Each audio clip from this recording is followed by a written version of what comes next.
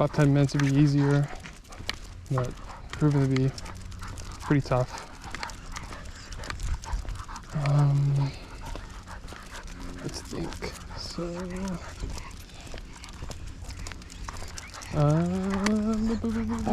what else are we talking class? I guess at the very beginning we talked about the cave, Plato, and basically have the idea that the things we're shown aren't necessarily truth. Come on. Things we're shown aren't necessarily truth. So, they aren't necessarily truth, and it's more of it's definitely controlled by some entity. And I feel like it's like you can compare that to religions, governments, even just individual people. But come on. But so that's like the people, religion, government are the ones controlling the puppets, make the shadows on the wall. And I just thought that was pretty cool, because it's crazy to think he wrote that so long ago and it still holds true. And it just shows how, as we are humans, we tend to follow a lot of the same kind of like paths, like the same, like things and keep ending up the same, basically. And here they go. There you go. Come on. There you go. Things kind of end up the same. Like we tend to fall into our same habits and roots, almost as if they're just a part of our own DNA.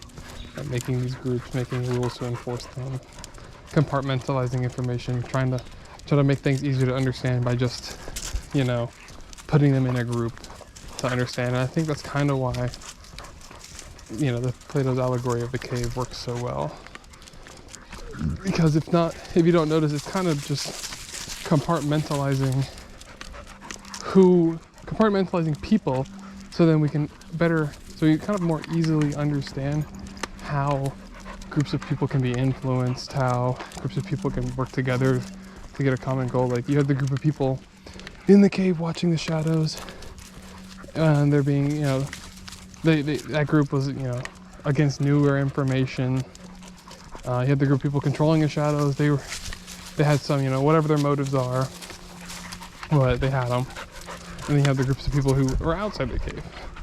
And, everyone isn't seeing each other all as kind of just people. You're kind of seeing each other as the things you do and you believe in. And I think that holds true even now. We really struggle in most of our political climate to see people as just people. They always have to be some XYZ group, race, gender, nationality, ethnicity, so on.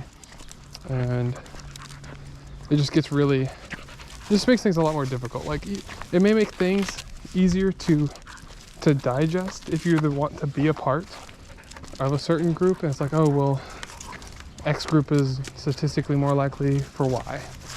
But sometimes it's really almost dehumanizing to put things in such hard bound groups, like groups of people who just do this, groups of people who just do that.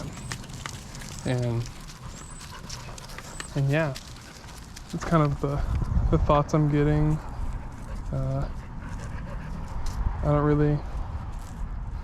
It's kind of hard to think of just more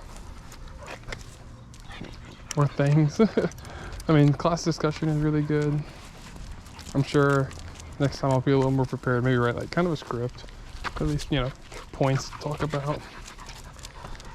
Maybe I'll be walking the dog. It just happens, this be the best time of day when I had some free time. But yeah, I'm sure a couple more upcoming enduring questions will be a good discussion, and I like the work we do in class. So yeah, I don't really know how much time I've got left. I'll just wait till I get to the house and call it a day. But maybe, maybe when we start talking about, I think we start talking about like life and death and what it means like beyond, it would kind of open up the eyes that like, I think a lot of things people just speculate about, life after death. Doing good gives you good, doing bad makes things bad. It's kind of just like, and without, a better term, hella cope. But it's the things we need to do to cope, to kind of keep living as people almost. So it's like you have to have something to cope with the way things are, because the world is pretty cruel. So that's kind of just how I see it. But all right, let's see, 15 minutes. All right, cool.